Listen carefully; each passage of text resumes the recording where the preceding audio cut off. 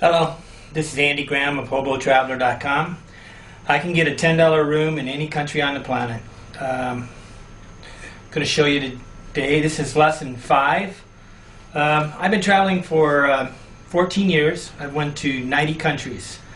I don't have a home. I've lived in about 800 to 1,400 rooms. I really don't know how many because I really never counted that way. In lesson 1, I talked about guidebooks, I'm going to prioritize these. I have these in prioritization, and they're on the website, Hobo Traveler. If you look under travel rooms, you'll find it. Class 1 was guidebooks, and that's the #1 priority. That helps you to find the cheapest area of the town and the price that you should target. No reservations. The reason why I don't get reservations is I want a good room. I want to be able to actually see what I'm buying, and committing to this stuff just takes away all your negotiating fees. 99% of the time you don't need a reservation. There is the 1% time when you do, and if I do, I get it for one day. 3 is, I said, to brag about the price. That's kind of strange, but that means I want you to commit to what you're doing. You say to the world, I'm going to go get a $10 room. And then you believe it, because you can. Okay, 4th tip was to arrive early. If you arrive in the morning, you can negotiate. So I basically arrive in the beginning of the day every day. Okay, today's tip is about, I'm going to call it, I don't know what you call it, jump the airport city. Ever since the beginning of time, civilizations have revolved around transportation. I guess at the beginning, it was probably rivers, maybe then oceans, I don't know how you'd say the orders, then trains, then planes. So, 300 years ago when you traveled to another country, you would go by boat, and then you would land at the dock, and you go from the dock to things. So the dock in New York City was maybe more important than the airport in New York City. Ellis Island is coming across by boat. Okay. What happens is these are your, ingress, egress cities or whatever. These are your major cities.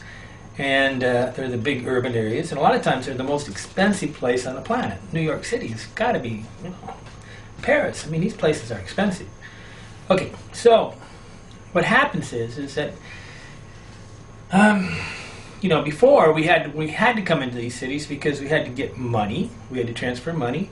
But now you can get an ATM anywhere, and you can get money anywhere. You don't even have to be in a major city.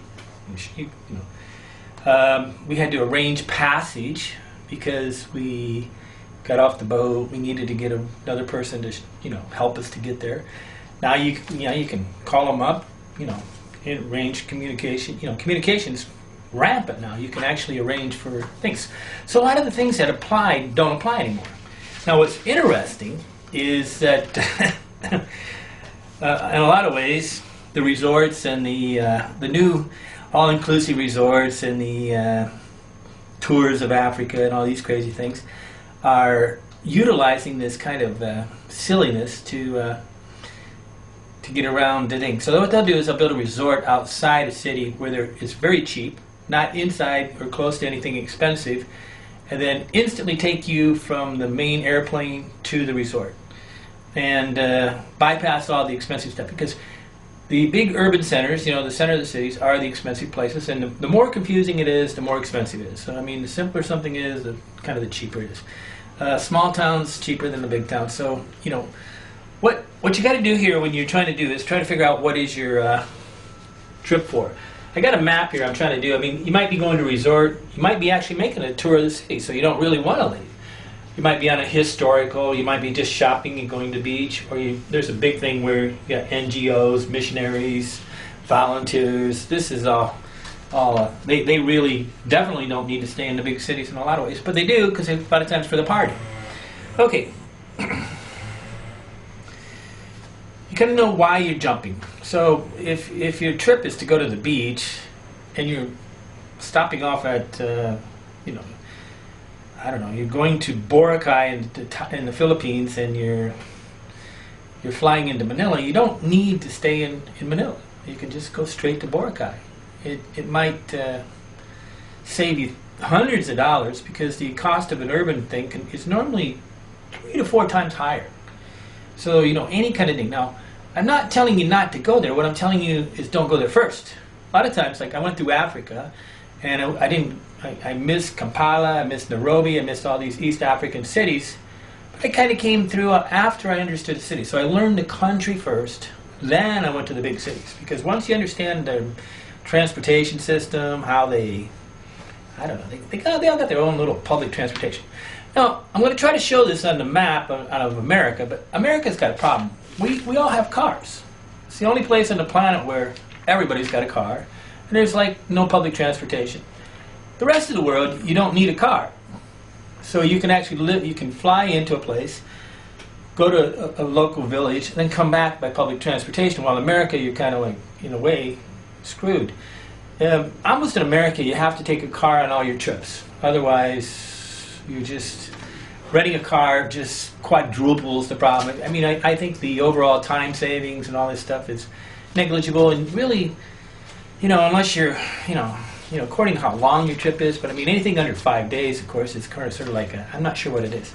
To me, a vacation for 5 days should be just down the road and do nothing. If you're going to go on a 10-day trip to someplace, you got 1 day a week, you go there and you rest, and then you can actually learn the place. But to drive to a place is a much better way in America. But the rest of the world, you actually can go there, then instantly take public transportation out of the city, and then find a little thing. So when you're looking at the map, you're trying to get you may, international travel is different than domestic. But say I was flying into Disneyland or Disney World, where it is, Disneyland, I guess. What I might do is I might, fly into Orlando, I guess, or something like that, or Tampa, and then I might just go to one of the roadside, there's like little hotels alongside the road that I could then drive into thing, or I would take a 2-day trip to things, see the whole United States, park it, then just drive into Disneyland or Disneyland, and see it. If I'm flying into New York, I'd fly into New York, but then I'd instantly try to get out to the suburbs somewhere where I could go see what I want to see. Now, if my tour is of New York City, maybe I don't want to do that. But like, you could go to Colorado, and maybe you don't want to be in Denver. You want to go to Boulder, so you instantly get off the plane and go to Boulder. When you're flying into Thailand, Bangkok is a horrible big city, but you could instantly be in, I don't know, Pattaya, a little bit smaller, or you could be, I don't know, Chiang Mai. You don't have to stay in these big cities. It's according to how long your trip is. Now, to me, traveling overseas for less than, outside the United States for less than 2 weeks is, to me, you need at least 1 month to even know where you're at. I mean, I'm not sure of the prioritization. If you're going on vacation to relax, geez, coming to the Dominican Republic or something is a little crazy. I would just go to Florida or something and go to a resort and have everybody wait on you in a way that you're used to, so you always feel comfortable. Because living abroad is being uncomfortable. Okay.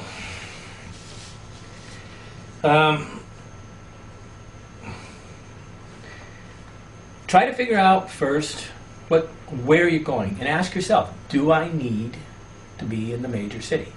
If you don't, then quickly this one applies, and you can jump right out of it. Like you can sit there and skip the major city. You have the communication, you have the money, an ATM card. We don't use traveler's checks anymore. We use ATM cards. Okay, we only use credit cards to pay when we have bills more than $300 a day. But an ATM card, you go to the bank, and there's very few places where you have to be in the major cities. Maybe in Africa, you have to go to the major city, get your money, then leave. But all the rest of the world, all these little burgs and everything have ATM machines. So you don't need the money. You don't have to arrange the transportation. Is going to be a little more difficult and a little more tricky, but generally, for sure, the guidebook will tell you exactly how to get out of the city. And if nothing else, just bang. If you had a family with 3 kids, I'd just bang it out with a taxi because it's cheaper. taxi in like here from the airport is $20. Well, whether it's 5 people, 6 people, it's $20. So that's just it's a couple bucks a piece. While me, I'm always paying for mine alone. Okay.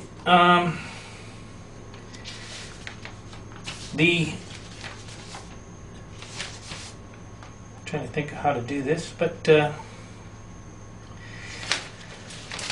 like I said, before you take off, just ask yourself, where's my final destination? If your final destination doesn't need you to end up in the major city, then ask yourself why.